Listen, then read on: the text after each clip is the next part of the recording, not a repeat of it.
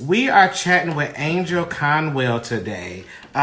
She's an actress. I got to work with her on a little show called Bigger on BET Plus. Um, and we had a really, really, really good time on that show. So yeah, that's what we're talking to today. We're gonna talk about her journey and what she got going on. Oh, my look at oh, that's made it worse.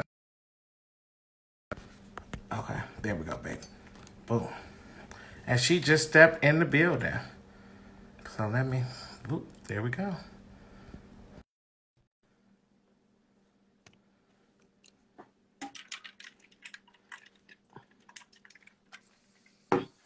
Angel! Look at you. Hey, boo. Derek J. Not to be confused with any other Derek. Right, in the thank world. you, boo. How are you, my love? I'm good. I'm just over here quarantining. I know. How are Wait, you? so how is your quarantining going? How's that going? It's been very humbling. It's been humbling. Like, I didn't realize there were so many things I didn't know how to do.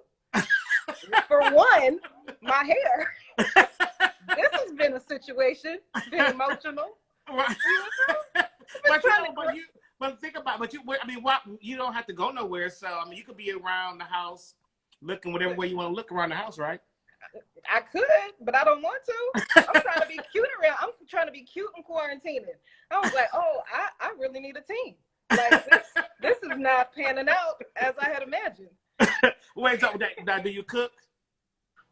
I cook, but did you say well? That's the point. You can cook. That don't mean you know how to cook in the way that anybody would want to eat it, including myself. So have you been door dashing and Uber Eats and a lot? No, because I'm not feeling that just yet. You know what I mean? So what I've been doing is I can prepare food. You know, I can prepare a salad. That's not really cooking. I can prepare some broccoli. I can saute it, which means salt and pepper. You know, we can do those things. But as far as, I'm looking on Instagram and I'm like, God dang, everybody making something from scratch. They like, what's your meal tonight? I want to put up a picture of some Progresso. Right. Progresso too. So you ain't taking no cooking classes or nothing on Instagram? Not really. I just keep looking at videos going, I could do that. I could do that. But you don't do it. That. And then I go eat some canned oysters. Canned oysters? They make that? They're supposed to be high in zinc. I don't know if that's true, but who knows? What you been eating? I cook. So the other day I did a surf and turf. We had lobster and shrimp with mashed sweet potatoes and asparagus, and I cook. Have you been posting like pictures of your foods and your meals? Well, sometimes. Yeah. I mean, because you used to cooking. This ain't nothing new for you. Yeah, this ain't nothing new for me. I get it. But, I understand. I'm scared to touch my Angel. So I got to work with you on. But so I knew who you were, but we worked in places together, but never got a chance to work with each other. So I had to work with you on a show called Bigger. Bigger. Yes. Yeah. On BET Plus. On BET Season Plus. 2 on the way. I know. We thought we were getting ready to start season 2. Right. That's what we thought. God had other plans. And then Corona said, "Sit your ass down." Yeah, for a second, or 2, or 3. Or 3. Just however long I feel. Well, Atlanta, y'all definitely half a second. Girl, we up, but we not really up, girl. We need to be sitting back down.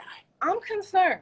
Yeah, I know. I'm concerned too. I'm like, okay. On Sunday they was partying like it was like Freaknik on Sunday. So well, it's just okay. And it's Cinco de Mayo right now, and I remember I was there for Cinco de Mayo last year, and it was a thing.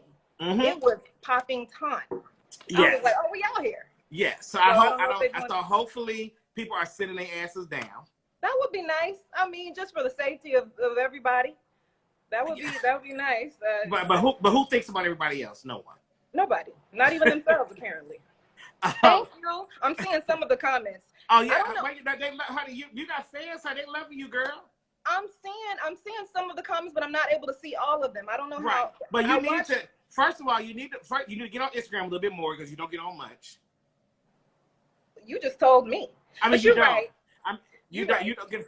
That's like, but I mean, I'm like, girl, you get one post every blue moon, you know. I feel like it's so busy, it's so active. I'm like, oh, they got it covered. I might need to hop on there and say something. Just show them a little love, girl. They want to just see a little bit of you, girl.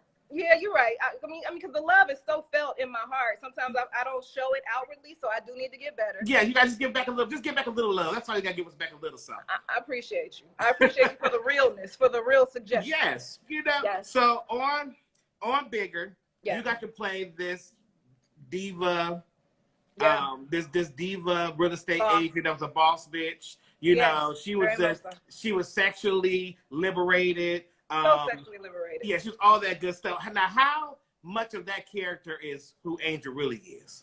It's so funny because I'll do interviews and I'll be like, no, I'm nothing like Veronica. And then I'll do another interview and be like, I am exactly like Veronica. It's because, you know what? Veronica, she does like to be in control. She just likes to be in control. And I'm the same way, but in different areas of life. Like, I'm more so like to be in control of Angel and let that filter into other areas. Veronica wants to be number one at her job. She wants to be number one in every aspect. She wants to just have she wants to be able to pull all the strings. And so I understand her and her quest to just be in control, but I understand her in the aspect of me wanting to, in my quest to be in control of myself. But I mean, I loved the character when I read the script. When I read the script, I was like, wow, oh, she said that. Oh, she went there. She's the truth teller. And I love that because I feel like in real life, in everyday life, I kind of take more of the neutral. I try to, you know, I might sprinkle a little sugar on things. I'm always thinking about people's feelings. Veronica, on the other hand, is not. Yeah, at all. I mean, she is, but in a different way. She's like, I'm thinking about your feelings in a way where I'm gonna tell you the truth because you're gonna need to hear from somebody. You're gonna need to hear from somebody. So you know, that's why I was drawn to her. I see aspects of her that I don't have in myself. So let's talk about it from a beauty standpoint of Veronica. Right. So, you know, working with Felicia, which I talk to Felicia tomorrow, you know, Veronica was a work in progress. She was. You know, we was getting it, we were grooving, and even though I was happy where we were at first, and I saw we kept changing and moving, but when I watched the season, it was like a gradual growth of Veronica. Yeah. And then when we got to them about them last 4 episodes, baby, Veronica was popping. We had the image correct at that point. But I love that though, and I feel like with any show, you see the character development grow throughout the shows, and then through the seasons, you see, oh, okay, this is where they started, this is where they ended up. But I love that about Felicia though, because Felicia will have a vision, and until she is able to get that vision where she wants it, she's gonna keep trying. She's gonna keep going for what she sees. But I appreciate that because it stretched us. It did stretch us because I was stressed. It stretched us and stressed us. Right, but the stress was worth the stretch because of where we got to. There we go. So now, so as you were watching it, I will say that people like the show, but people comment about, they say that they say as Black women on television, y'all look good.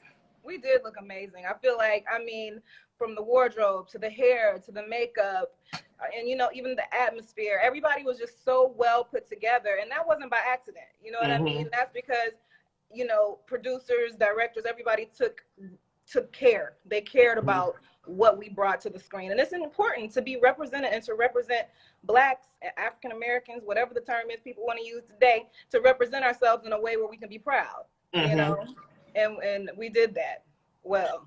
So now we're gonna jump into your career a little bit, because you know I did a little digging. And did you? You did some digging. So, well, from according to IMDb, okay, 1995 was when Angel hit the screen. 1994, but yeah. Okay, so 1994 it came out, but so 1994, 95. So did you always know you wanted to be an actor, or is it something that you fell into, or like how did that process go? I did. I was super young. I remember modeling at first, and then my modeling agency would have these talent competitions, and that's where I would always thrive. Would be the talent, the commercials, and all of that. And I remember going to Atlanta, and there was a convention at the Marriott or some Marriott there, and I won all of the drama, the comedy, and all of that stuff. And I remember standing in a room watching, like a room full of people watching one of my audition tapes, and they were cracking up laughing.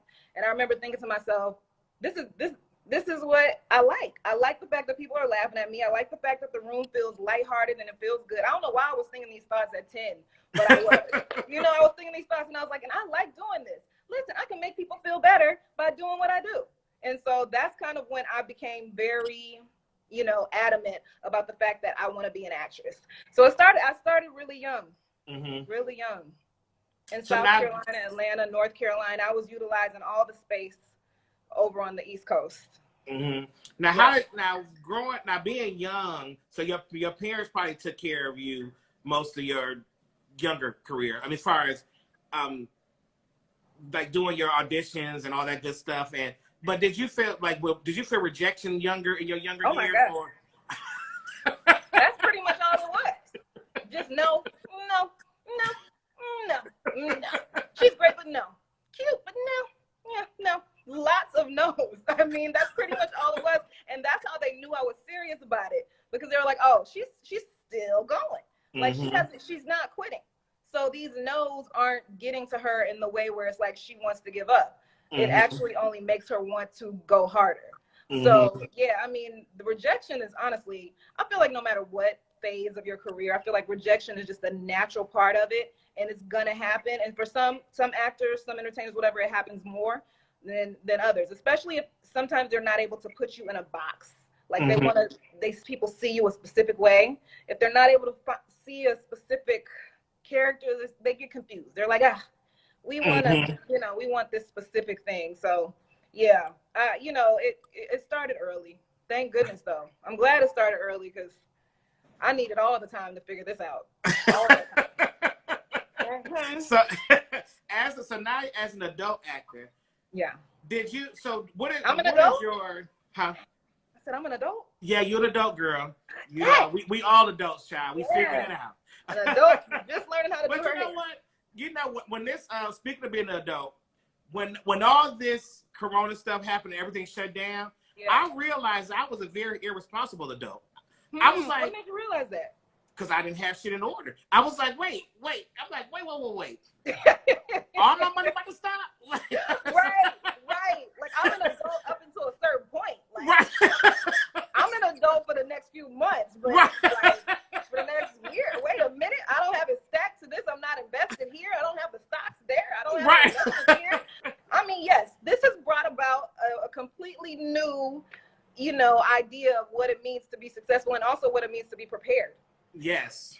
You know, but it's a lot of us like, I mean, I grew up worrying about the next check, the next day, one day ahead, like learning how to think for, years ahead this is new.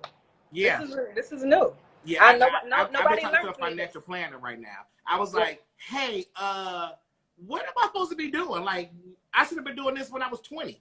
Like, but you know what? We're never too old to learn. Yeah. We jump on it and we get it popping. We got to start somewhere. I see Miss Libra, lovely, When It's Bigger coming back. I love the show. Hopefully, I mean, as soon as the Rona gets gonna. Right. We'll be back working. Yeah. When it's safe for us to be on set and do all the things, then we back at it. So hopefully soon. What is your acting aesthetic? So are you a comedic actor? Are you more of a serious actor? Are you a method actor? Like, what kind of actor are you? You better come through with my acting aesthetic. Oh, girl, listen, honey, I'm a good interviewer, girl, honey. You got to watch these, girl. I be on it. You're a professional, okay? What is my acting aesthetic? What is my motivation? No, I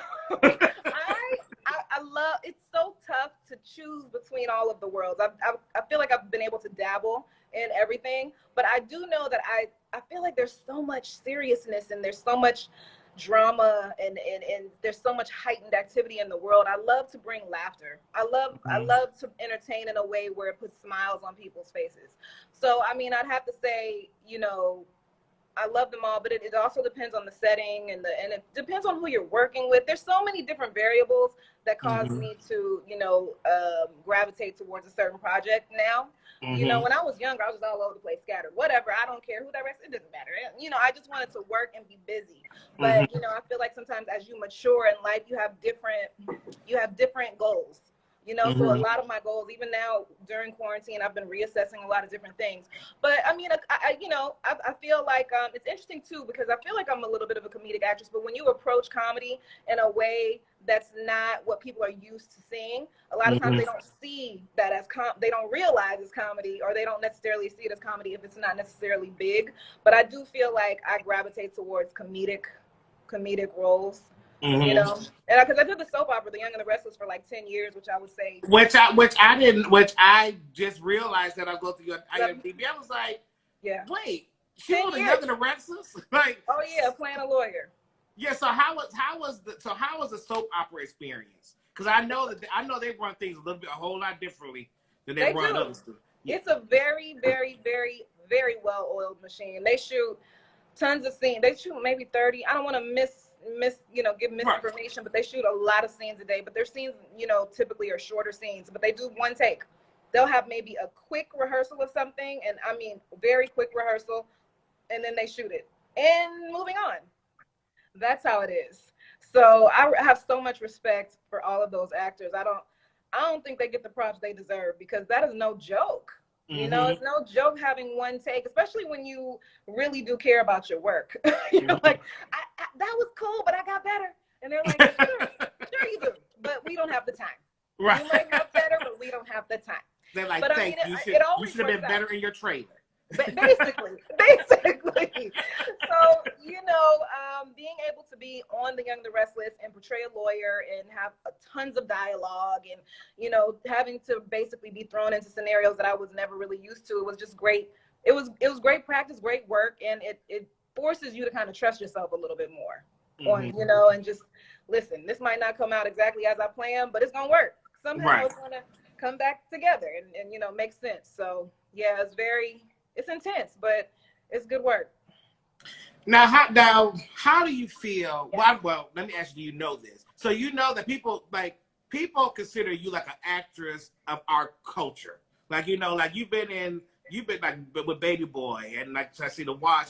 You've been in movies, like you've been in big Black cultural movies that people are like, oh yes, I know her from this. So like, how does it feel being an actress of the Black culture? Like, you part of monumental movies. Yeah, I do. I feel very fortunate, because I realize now, like, I've been a part of some, I guess, cult classic films and classic Black films that have a huge audience. It's interesting though, because I feel like it's a lot with me. It's like, isn't she from? Wait. People they notice me, and it's like a domino effect. Maybe because the characters were so different, and I was 18 when I did Baby Boy, 17. So it's like it started so early, and then now a lot of the movies are coming back. So you'll have movies that are airing on BET, and you'll have movies that are airing on these different stations and people, it's a new audience. It's like a completely new audience, because some people have never seen it. So I feel fortunate. When I did Baby Boy, I felt like this is going to be a classic. Anything John Singleton puts rest in peace, anything he puts his hands to is a classic. So I knew, that would be. And in The Watch too, you had Dre and all them. So I guess I could say that I knew I was a part of some very important special. Yeah, somebody put up here Soul Plane. Yes, Soul Plane, absolutely, yes. What about you? That's Davita. Hey, girl, thank you. Hey, boo. I see my fam in here. Hey, Tia. So it's a blessing. It's a blessing. I definitely feel like when you sow the seeds, eventually you reap what you sow. But it has definitely been a journey. Everybody has kind of like a different journey, and I'll tell you, this has been interesting. It's been interesting. Now, so speaking of your journey, how would you describe your journey of through acting for you?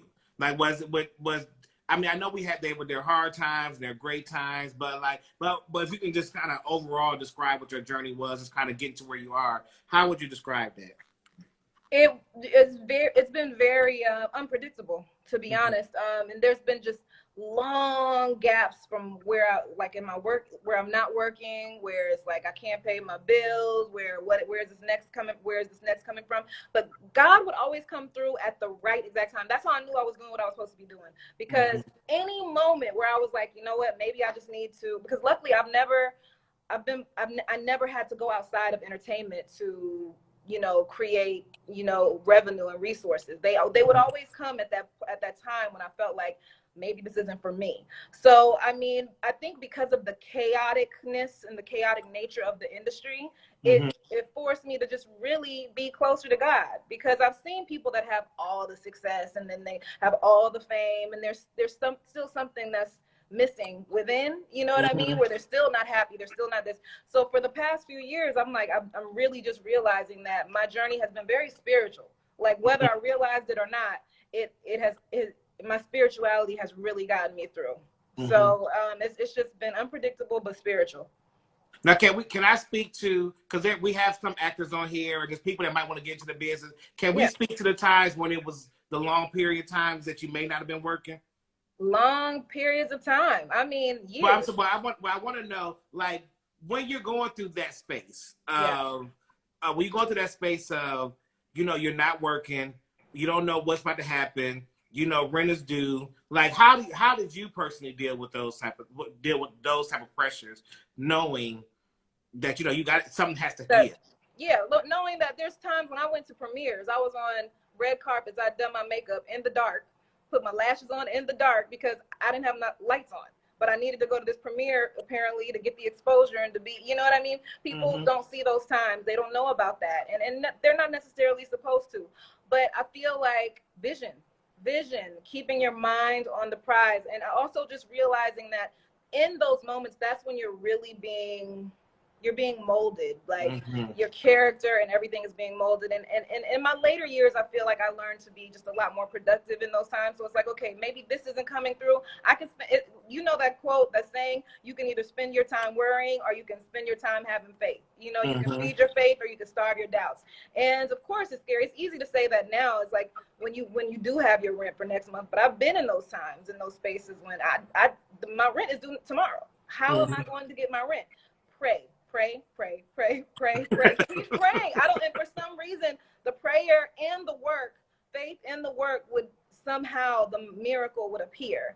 So I don't know how that would happen, but just because I love so much what I do and I just knew that I was doing the right thing, I think it's the conviction of it helps the miracles happen.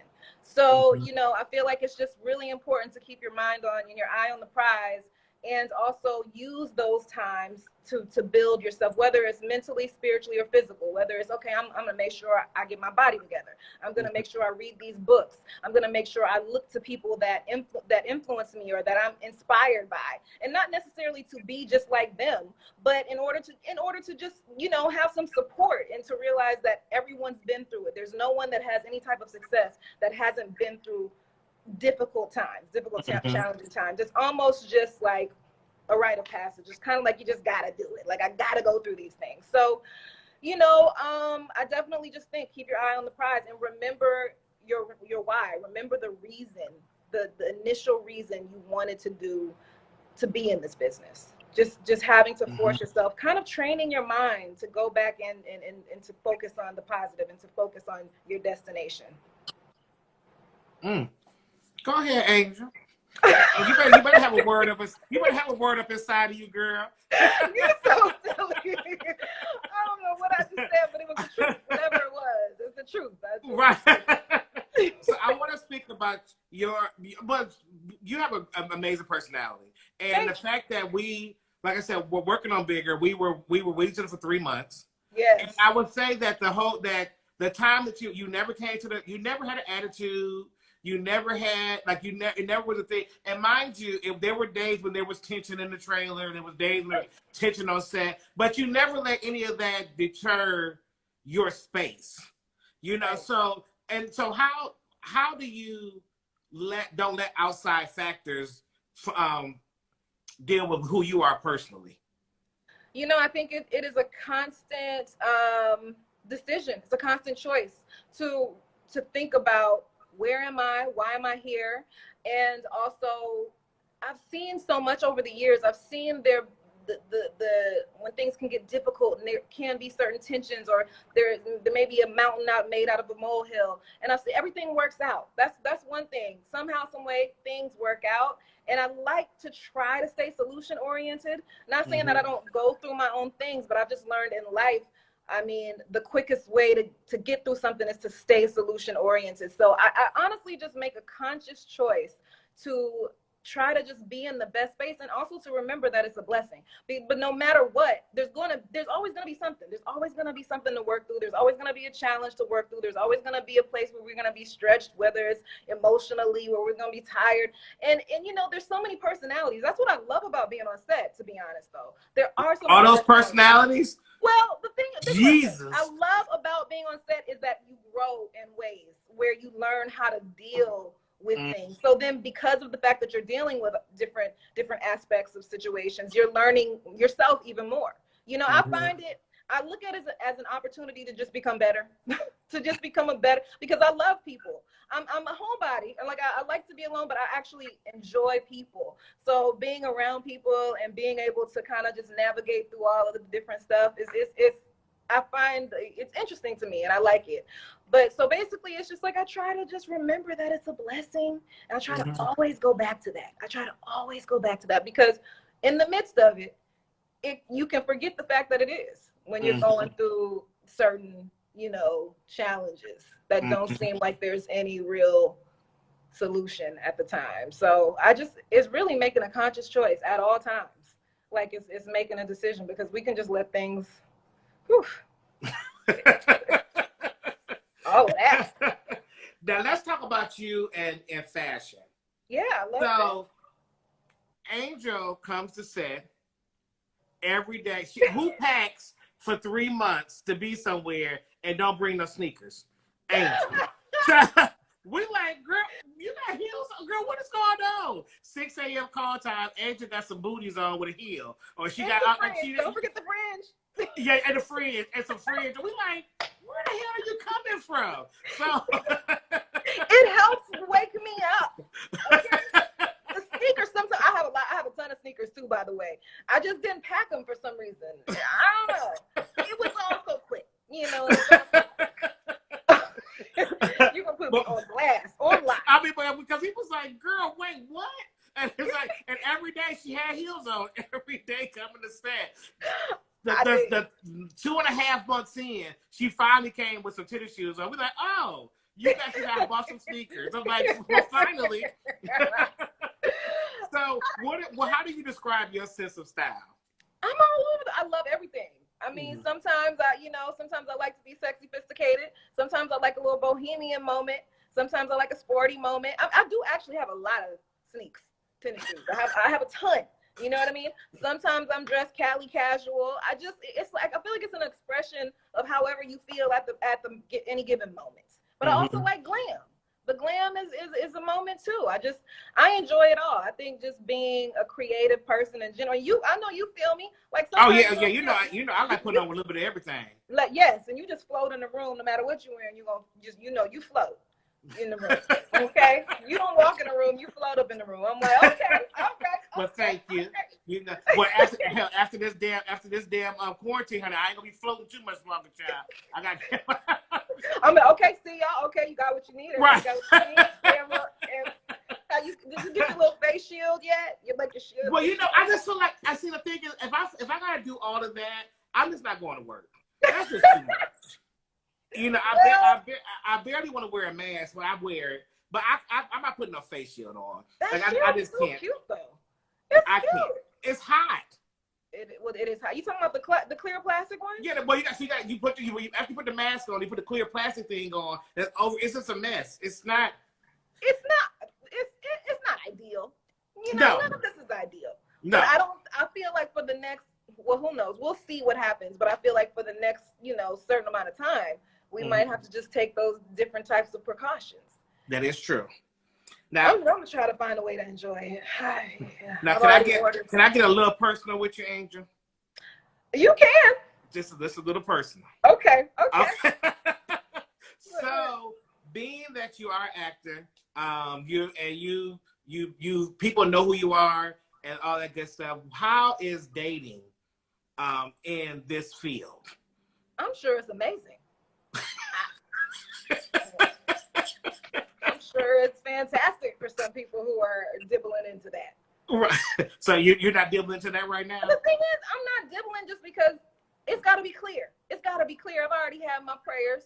Listen, I trust that when the time is, I'm open. I'm not closed-hearted. I'm not, you know, unavailable. But I also am not willing to force any situation that's not meant to be, you know, especially too, because I spent so much time working on myself these past few years, like working on, you know, being open but still not leaning on anyone. Like, and not do that just for me. I feel like we need each other. Don't get me wrong. I feel like people need people. I feel like relationships, the right relationships, will help lift both people in the relationship. But I also too, you know, having a couple of unhealthy relationships or just emotionally, you know, taxing relationships will get a person to a place where you like, okay, next Thank relationship, you, No, see, I had something on my lips. You told me to wipe my lip. Thank you, boo. Oh, okay. Next relationship you in, it's got to be, I need for it to just be grounded. You know what I mean? And make sure that it's just emotionally, spiritually, mentally healthy in a space that lifts both. And of course, it's going to be challenges. But so until it's obvious, I'm not really dipping into that. You know, most of my friends are married or younger. So I don't really know. I hear stories. It sounds like it's wild out there. It sounds like it's safe to say. So it's safe to say you've been quarantining by yourself. I've been quarantining, me, myself, and I. Okay, just quarantining. That's what I've been doing. You know, I mean, it sounds sad, but I've been these books and these audio books, and it's enough content on the internet to keep you busy for quite some time. That is true. You know, so it's been, you know, it is what it is. When my person arrives, I'll be open. But until then, and if they don't make it clear, then they ain't the person. Hey, I'm with you on that. I'm in the same boat. Are you? I'm here with my damn sister. That's who with me. Listen, and that's unconditional love right there. Yes, so it's me and my sister right now, child. So I get you. I totally understand. The thing is, I mean, I could definitely imagine being quarantined with somebody that I just really am digging, but I could also imagine being quarantined with somebody where I'm like, oh my God. So, so it's like, I'm happy that I'm just in this space where when it's time, it's time. Now I know, and I know we shouldn't be talking about this. I said this to Taronda yesterday, but I know we shouldn't be talking about this in 2020. But being an actor in the industry and being a brown skin actor, you know, have you found that to be detrimental to your career or help your career, or like did you find any pushback from it? From being a Black woman? But being a brown skin Black woman. Oh yeah, to where I'm not either. Because you're not dark skinned and you're not light skinned. It's interesting. It's interesting. I have to say I had this conversation not too long ago. When you're not necessarily racially ambiguous, when you're not light skinned, or when you're not necessarily chocolate, when you're not dark chocolate, a lot of times people do casting, writers, producers, they have a vision. They're like, we want this look or we want that look. And so being a brown skin actress I do feel like it's a little bit of an overlooked issue where it's like you don't necessarily fit a specific type. So, you know, I did notice that maybe I don't want to say lose a role, because I didn't lose it, because if I didn't have it, it was never mine. But where you feel like you lost it because you went in for it, you got close to it, and then you didn't get it. But that's really not losing. That's just, it was never yours. So it's like, you know, there are roles where I didn't get, you know, because they wanted to go a specific route. So, I mean, yeah, that has been challenging this entire time. But again, I try to stay solution oriented. You know, I was like, I can only be me. And that's another thing, is like, once you realize you can't be anybody but you, and once you accept it, because there were times when I was younger, I was chesty. So I would always get these comments about being, you know, her shape is too much, especially, you know, if I'm trying to still play a team, but I have a woman's body. So I would try to take my boobs down, or not try, we would take my boobs down, put, you know, sports bras on and do all these things, dress baggy clothes, wear certain things. So I would hide who I was, which, you know, now thinking about it in retrospect, that could probably damage your self-esteem just a little bit. But it's like you try to conform and be what they want you to be and be what they need you to be. And then sometimes it's still not right. So it's like, once, you know, and I'm just getting to that point in my 30s where I'm like, this is what I have, this is who I am, this is what I'm able to give, this is what I'm able to bring to the table. And it's okay if it's not specifically right for this character, because something else will come along, because it always does. That's just because, you know, if God wants you to have something, he's going to work through whoever he wants to work through, whether it's this person or that person or that project or another project. You'll get what you're supposed to have. So that's how I've, you know, found a way to kind of deal with it. Now, have you auditioned for a project, then saw the project come out, you be like, not really? That's what y'all gonna do? Oh, okay. Like you, I've had all the experiences where I audition for something. I'm like, crazy, because I would beat myself up over like maybe performance or something, and then I see whoever booked it. I'm like, oh, they weren't even okay. Well, never mind. I was beating myself up for no reason. And then I also seen, you know, projects, because I'm also the type of actor. I think after you're in the business for so long, you kind of start casting yourself. Like you know, which is, you know, I don't know if that's a bad habit or what, but I will go on an audition and be like, oh, she would be fine for this. Oh, she's the role, like she should get it. You know what I mean? Because you know, sometimes there's an essence to a character that, you know, you can't fake an essence. So sometimes there's, you know, you can't fake an aura or a vibe. And some people just have a specific vibe for a certain character.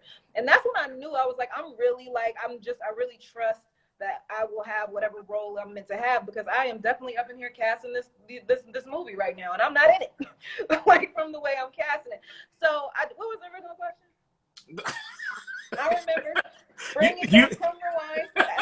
Bring it back, come rewind. Okay, I remember now. No, but you answered it. Okay. Yeah, I've definitely had those moments. Right. Then I've also had those moments where I'm like, ooh, I'm glad I didn't need that, because that didn't come together how you would have expected it to come together. No, so I see people ask that question. They say, do you feel like age plays a factor when you getting roles too?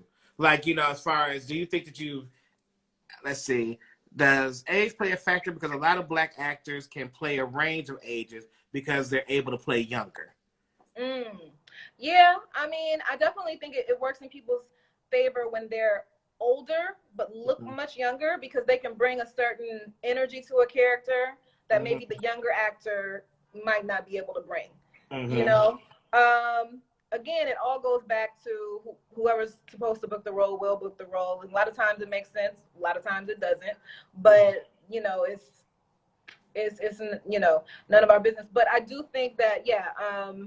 I remember when I did Baby Boy, I think I said I was 1 year older than I was, because the character said it was for 19 and I was 17. So I was like, yeah, I'm 18 or whatever. Right. Because I want this role. Right. I'm 18 in a few months. Right. You know, because I just felt like, you know, I didn't want to miss the role. So yeah, Lord forgive me, I definitely did. Well, you had to do what you had to do, girl.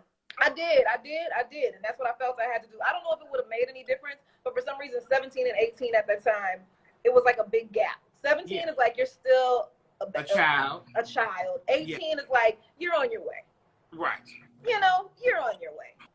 So now when you look at, because since you're in LA, you see all the older actresses, well, the more mature actors, I won't say older, but more mature actresses like the Tarajis and the Gabrielles, and all those girls are like a group of girls. Like, so in your age range of actors, do you have girlfriends that's like that are like, where are the sisterhood bond girls of acting?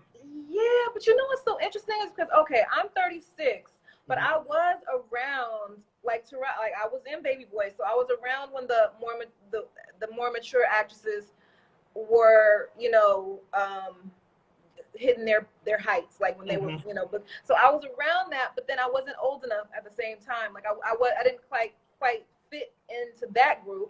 And then now I'm noticing a whole new group of people that have been working hard, working hard diligently, and they're doing the writing, the acting, the producing, and they've come in and they've just, made so many amazing moves in the industry. But I don't necessarily know them because I didn't really do the circuit with them. Like I wasn't in the auditions with them. I wasn't, you know what I mean? So I find that I have a very interesting place because I don't necessarily, you know, I don't know if I necessarily fit into a specific group, but I do know, like, a lot of the actors that I saw growing up, you know, we see each other and it's all love. Like, even if we're not best friends, there's a respect there. You know, there's a natural respect. Like, okay, that's my people. And you know, I just have so much love for other actresses because I understand what we go through. I feel like there's no one will understand what an actress goes through like a Black actress. Like, we get it. So, because I don't hang out a ton. You know, naturally, I'm not always, I don't really hang out a lot. You know, I keep a very tight, and I've been like that since I was young. It doesn't really have anything to do with being in the business. It's just kind of how I'm wired, I guess. But yeah, I mean, I do love it. There's, especially on Instagram and social media, there's a lot of support on social media for actresses supporting actresses, and actresses realizing how much of a part we all play in this. And like, one can't connect without the other. We all matter. You know what I mean? Like, we're all helping to create space for each other. Whether we actually see it or not, it doesn't matter. We know that it's happening. So I feel like there's more of a recognition that we're all creating space for each other, and I love that. But I don't really have a necessarily a group. I don't think I'm of any specific clique. You know, I mean, but it's love for everybody. You know what I mean? Yeah. So then here's our last question. Yeah. What advice would you give people that's on here that want to be an actor or just want to level up in life, just in general, like just to get to that next level? But I mean, okay, I definitely think just being clear on your intentions, what it is that you want from this industry, what it is that you want from yourself, what it is that you want to present and create. And I think prayer is always it's such an important time for me. I think it's because the stillness, when you have that stillness in prayer, when you have that stillness in meditation, and you quiet your mind a little bit, for some reason I feel like you're able to just really understand yourself a little bit better over time, which makes it easier to make the moves that you need to make. That's why I feel like prayer and meditation, you know, one of the reasons I feel like it plays an important part in this industry. Also because once things do happen, they move so fast.